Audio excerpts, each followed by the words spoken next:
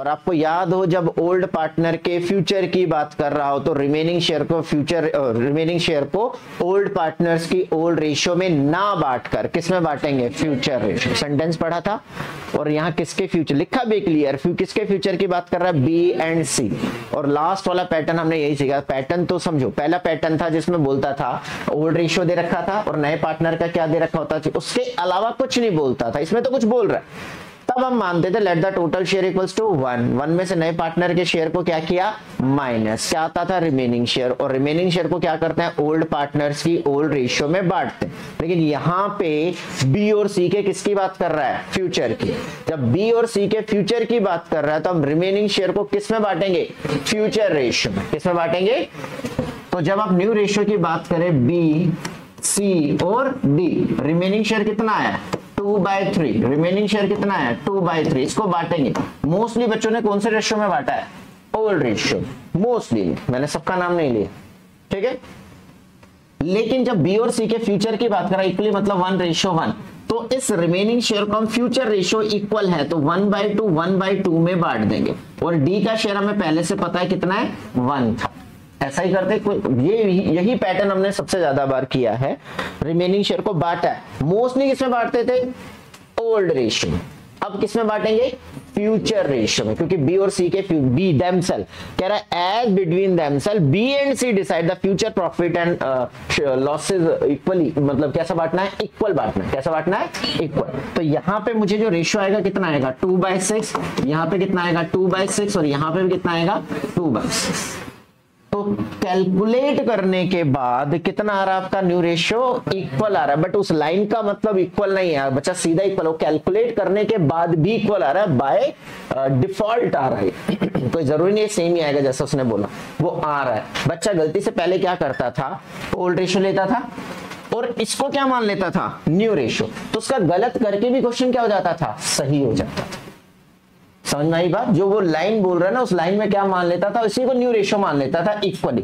तो new ratio equally लिया तो देखो इक्वली तो आ रहा है मेरा, लेकिन वो करने के बाद आ रहा है। और कई बार बच्चा क्या करता है, इसको पहले ही मान लेता था उस लाइन, उस सेंटेंस की वजह से, उस लाइन की वजह से कि new profit sharing ratio equal. मेरी बात समझ में आई आप सभी को। तो अब मुझे क्या निकालना है, सैक्रिफाइसिंग रेशियो। क्या निकालना है, sacrificing ratio. New ratio direct नहीं है। देखो उसने बी और सी के फ्यूचर की बात की और रिमेनिंग शेयर को हमने किस में बांटा है, फ्यूचर रेशियो। और ये बात हमने सीखी है रेशियो में। और ऐसा नहीं, इसमें मोरल डाउन करने की जरूरत नहीं है, सर नहीं हुआ है तो हमने सीखा। 99% चांस है कि बच्चा नहीं कर पाता, बच्चा वहीं घूम रहा होता है। धीरे धीरे आप में इंप्रूवमेंट आएगा। दिस इज एडवांस क्वेश्चन, ठीक है। हाँ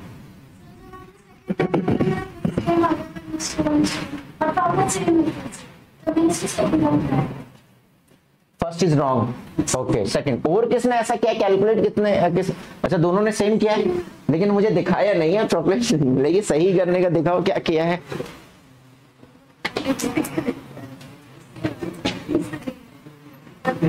ओके, फ्यूचर रेशियो में बांटना था, इस लाइन का मतलब समझना था, ठीक है।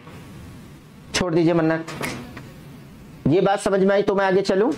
प्रॉब्लम यहाँ थी ही नहीं, प्रॉब्लम आगे है। यहां तो प्रॉब्लम थी नहीं, यहाँ तो वो चीज सीख रहे हैं जो हमने किया है। हमें क्या करना था, रिमेनिंग शेयर को ओल्ड पार्टनर की ओल्ड रेशियो में ना बांटकर किस में बांटना था, फ्यूचर रेशियो में। किसके फ्यूचर की बात कर रहा है, बी और सी। अगर इसमें बी और सी और डी इंक्लूड होता फिर मुझे सोचना ही नहीं था, which is my new ratio, which is my new ratio.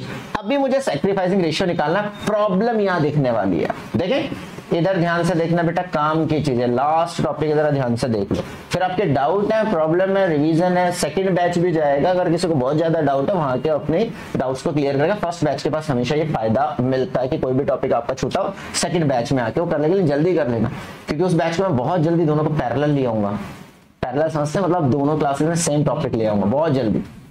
ये मत सोचना हमेशा बैच आपसे पीछे रहेगा। चले आगे।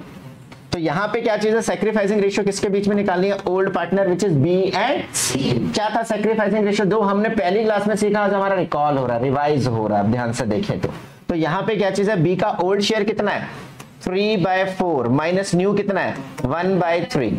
सी का ओल्ड शेयर कितना है 1/4 माइनस न्यू कितना है, बातें नहीं करेंगे बेटा, 1/4 और ये कितना है 1/3। ध्यान से देखना क्या है हमारे पास। अगर इसकी बात करें दोनों का एलसीएम कितना आएगा 12। 3 3 सा 9 -4 कितना आएगा 5। यहां देखें तो कितना है 12। 3 -4 कितना आएगा -1। इट्स मीन ये सैक्रिफाइस नहीं कर रहा, ये क्या कर रहा है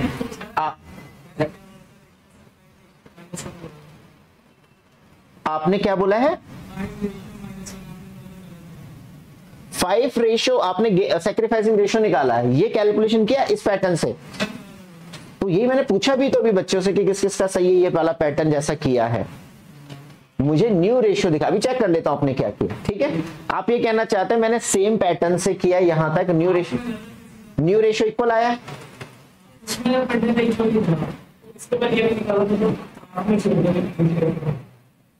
मेरी बात समझे, न्यू रेशियो निकालने के लिए मैंने क्या किया होगा, let the total share equals to 1 1 में से माइनस किया, रिमेनिंग शेयर को बांटा, क्या आई न्यू रेशियो। पहले आपने चेक किया न्यू रेशियो इक्वल आई, फिर न्यू रेशियो, तो फिर अगर मेरी न्यू रेशियो नहीं आया तो ये इसको कैलकुलेट कैसे, बिना न्यू रेशियो निकाले मैंने सैक्रिफाइसिंग रेशियो कैसे निकाला होगा। या तो बच्चा गलती से इसको इक्वल रेशियो मान ले, ऐसा कर ले तो हो जाता है, वो बाय डिफॉल्ट हो गया, हर बार ऐसा नहीं होगा। गलती पता लगनी चाहिए कि कहां गड़बड़ हो रहा है। अगर पूरा ठीक है तो दिस इज ओके, हमें आना चाहिए कि हाँ मुझे तो आता था, मुझे सही आता है, दैट्स इट। चले आगे, सैक्रिफाइस नहीं कर रही है, क्या कर रहा है गेन। अब देखते हैं क्या है, इसे नोट डाउन कर लीजिए। अगर गेन कर रहा है प्रीमियम तो वो लाया है, प्रीमियम तो वो लाया है, नहीं लाता तो क्या करते जीपी टू एसपी, लेकिन लाया तो cash to premium, premium to, but वो तो सैक्रिफाइस कर ही नहीं रहा है। तो इसे देख लीजिए, इस पैटर्न को देख लीजिए, फिर हम एंट्री पे करते हैं। एंट्री क्या करना है,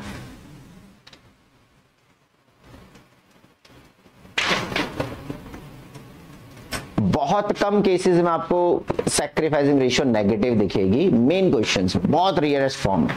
यहीं सीखेंगे, यहीं देखेंगे।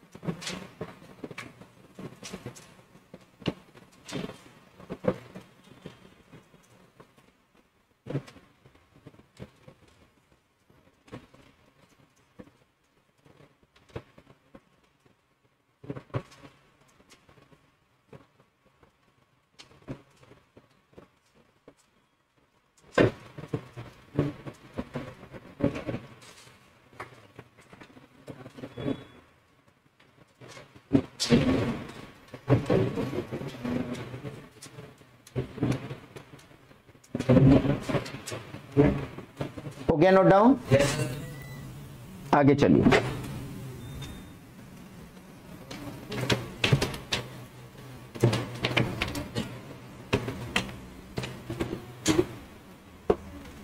एंट्री याद है सभी को, ठीक है। प्रीमियम लाया नहीं लाया, क्वेश्चन में लाया है। और आपको याद हो जब ओल्ड पार्टनर के फ्यूचर की बात कर रहा हो तो रिमेनिंग शेयर को ओल्ड पार्टनर्स की ओल्ड रेशियो में ना बांटकर किस में बांटेंगे, फ्यूचर रेशियो। सेंटेंस पढ़ा था और यहाँ किसके फ्यूचर लिखा भी क्लियर, किसके फ्यूचर की बात कर रहा है, बी एंड सी। और लास्ट वाला पैटर्न हमने यही सीखा। पैटर्न तो समझो, पहला पैटर्न था जिसमें बोलता था ओल्ड रेशियो दे रखा था और नए पार्टनर का क्या दे रखा होता था, उसके अलावा कुछ नहीं बोलता था। इसमें तो कुछ बोल रहा है, तब हम मानते थे let the total share equals to 1 1 में से नए पार्टनर के शेयर को क्या किया, माइनस, क्या आता था, रिमेनिंग शेयर। और रिमेनिंग शेयर को क्या करते हैं, ओल्ड पार्टनर्स की ओल्ड रेशियो में बांटते हैं। लेकिन यहाँ पे बी और सी के किसकी बात कर रहा है, फ्यूचर की। जब बी और सी के फ्यूचर की बात कर रहा है तो हम रिमेनिंग शेयर को किस में बांटेंगे, फ्यूचर रेशियो में। किस में बांटेंगे, तो जब आप न्यू रेशियो की बात करें बी सी और डी, रिमेनिंग शेयर कितना है 2/3, रिमेनिंग शेयर कितना है 2/3, इसको बांटेंगे। मोस्टली बच्चों ने कौन से रेशियो में बांटा है, ओल्ड रेशियो, मोस्टली, मैंने सबका नाम नहीं लिया, ठीक है। लेकिन जब बी और सी के फ्यूचर की बात करें इक्वली मतलब 1:1, तो इस रिमेनिंग शेयर को हम फ्यूचर रेशियो इक्वल है तो 1/2 1/2 में बांट देंगे, और डी का शेयर हमें पहले से पता है कितना है, 1 था। ऐसा ही करते, यही पैटर्न हमने सबसे ज्यादा बार किया है, रिमेनिंग शेयर को बांटा है। मोस्टली किसमें बांटते थे, ओल्ड रेशियो।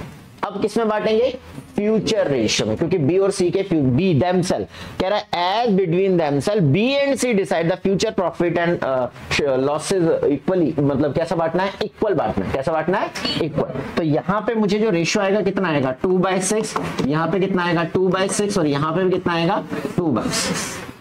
तो कैलकुलेट करने के बाद कितना आ रहा है आपका न्यू रेशियो, इक्वल आ रहा है, बट उस लाइन का मतलब इक्वल नहीं है बच्चा, सीधा इक्वल हो, कैलकुलेट करने के बाद भी इक्वल आ रहा है, बाय डिफॉल्ट आ रहा है। कोई जरूरी नहीं है सेम ही आएगा जैसा उसने बोला, वो आ रहा है। बच्चा गलती से पहले क्या करता था, ओल्ड रेशियो लेता था और इसको क्या मान लेता था, न्यू रेशियो, तो उसका गलत करके भी क्वेश्चन क्या हो जाता था, सही हो जाता था।